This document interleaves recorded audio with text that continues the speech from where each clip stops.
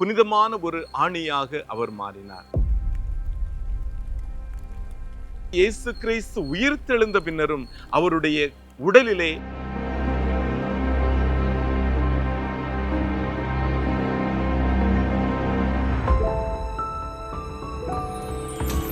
எல்லாம் உனக்காக.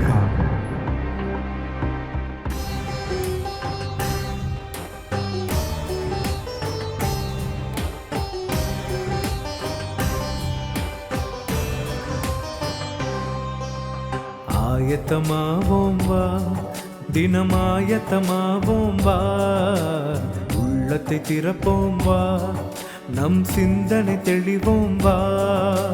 40 நாளில் மாற்றம் துவங்க ஆராய்ந்தறிவோம் வா. இந்த 40 நாளில் மாற்றம் துவங்க ஆராய்ந்திடுவோம் வா. நல்வழியை தேர்ந்தேவா, இறை வார்த்தையில் நடப்போம் வா.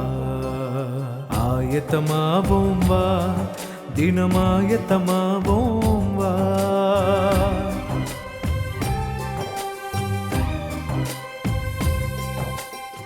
கிறிஸ்துவில் பிரியமானவர்களே, இன்றைக்கு நாம் இயேசுடைய உடலை துளைத்த ஆணிகளை குறித்து நாம் சிந்திக்கின்றோம். திருப்பாடல் 22:16 இவ்வாறு சொல்லுகின்றது: தீயவர்களின் கூட்டம் என்னை சூழ்ந்து கொண்டது, என்னுடைய கைகளையும் கால்களையும் அவர்கள் துளைத்தார்கள் என்று. இயேசுவின் உடலை துளைத்த ஆணிகள் இயேசுவை சிறைபிடிப்பதற்காக அல்ல, மாறாக விண்ணகம் நோக்கிய நம்முடைய பயணத்தில் நாம் சிறகடிப்பதற்காக. அவைகள் ஆணிகள் அல்ல, நம்முடைய வாழ்வில் அவைகள் ஏணிகளாக இருக்கின்றன. எப்படியும் வாழலாம் என்று வாழ்ந்து கொண்டிருக்கக்கூடிய மனித இனத்தை கடவுளை நோக்கி திருப்பக்கூடியதாக இந்த ஆணிகள் இருக்கின்றன. லேவியர் நூலிலே 19ஆம் அதிகாரம் 2ஆம் வசனத்தில் கடவுள் இவ்வாறு சொல்லுகின்றார்: நீங்கள் தூயோராயிருங்கள், ஏனெனில் உங்கள் கடவுளும் ஆண்டவருமாகிய நான் தூயவர் என்று. அன்பிற்கினியவர்களே, ஒரு சில ஆண்டுகளுக்கு முன்னால் தவக்காலத்தின் துவக்கத்திலே ஒரு சகோதரர் என்னை பார்ப்பதற்காக, மாலை போடுவதற்காக வந்தார். அப்போது அவர் சொன்னார்: ஃபாதர், நான் குடிப்பழக்கத்திற்கு அடிமையாகி இருக்கிறேன், என்னை எப்படியாவது இந்த பழக்கத்திலிருந்து விடுதலை பெறுவதற்கு எனக்கு உதவி செய்யுங்கள் என்று சொன்னார். நான் அவரிடத்திலே ஆல்கஹாலிக்ஸ் அனானிமஸ் என்கின்ற குழுவை குறித்து அவரிடத்தில் சொன்னேன். அவர் அந்த குழுவிலே சேர்ந்தார். இன்றைக்கு அவர் குடிப்பழக்கத்திலிருந்து முற்றிலுமாக விடுதலையடைந்த நபராக இருக்கின்றார்.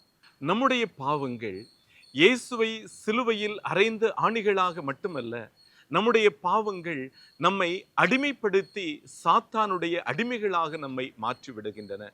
ஆனால் இயேசு கிறிஸ்து நம்மை இந்த உலகத்திலிருந்து மீட்டெடுத்து தந்தையோடு இணைக்கக்கூடிய புனிதமான ஒரு ஆணியாக அவர் மாறினார்.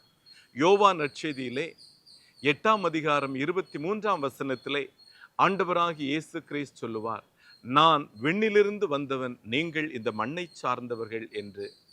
நாம் ஒவ்வொரு முறையும் நம்பிக்கை அறிக்கையிடுகின்ற போது, புனிதராம் கடவுள் மனிதரானார், மனிதராம் நம்மை புனிதராக்குவதற்கு என்று நாம் அறிக்கையிடுகின்றோம். கொலோசியருக்கு எழுதப்பட்ட திருமுகத்தில் 2ஆம் அதிகாரம் 14ஆம் வசனத்தில் பவுலடியார் சொல்லுவார்: இயேசு கிறிஸ்து நம்முடைய பாவத்தின் கடனை சிலுவையில் அறைந்த ஆணிகளோடு இணைத்து அந்த பாவ கடன்சீட்டை முற்றிலுமாக அழித்து விட்டார் என்று சொல்லுகின்றார். அன்புக்கினியவர்களே, ஆண்டவராகிய இயேசு கிறிஸ்து நம்மை விண்ணகத் தந்தையோடு இணைப்பதற்காக அந்த சிலுவையிலே ஆணிகளால் தன்னை அறையப்படுவதற்கு அவர் ஒப்பு கொடுத்தார். யோவான் நற்செய்தியிலே 20ஆம் அதிகாரம் 20ஆம் வசனத்தில் வாசிக்கின்றோம்: ஆண்டவராகிய இயேசு கிறிஸ்து உயிர்த்தெழுந்த பின்னரும் அவருடைய உடலிலே அந்த ஆணிகளால் ஏற்படுத்தப்பட்ட தழும்புகள் இருந்தன, காயத்தின் தழும்புகள் இருந்தன என்று. கிறிஸ்துவில் பிரியமானவர்களே, யோவான் நற்செய்தி 20ஆம் அதிகாரம் 20ஆம் வசனத்திலே ஆண்டவராகிய இயேசு கிறிஸ்து தன்னுடைய சீடர்களிடத்தில் தன்னுடைய உடலில் இருக்கக்கூடிய காயங்களை காண்பிப்பார். ஆண்டவருடைய உயிர்த்தெழுந்த பின்பும் அவருடைய உடலில் அந்த ஆணிகள் ஏற்படுத்திய காயங்கள் இருந்ததை போல, தவக்காலத்திற்கு பின்பும் ஆண்டவரோடு நாம் இணைக்கப்பட்டவர்கள் என்கின்ற அந்த ஆணிகளின் தழும்புகள் தொடர்ந்து இருக்கட்டும். நாம் ஒவ்வொரு முறையும் சிலுவையில் அறையப்பட்ட ஆண்டவரை பார்க்கின்ற போது, அவருடைய ஆணிகளை பார்க்கின்ற போது, அவைகள் நம்முடைய பாவங்களை மட்டும் நினைவுபடுத்துவதாக இருக்கக்கூடாது. மாறாக தமத்திருத்துவம் நம்மீது கொண்ட அன்பின் அடையாளங்களாக அவைகள் இருக்கட்டும். ஆமென்.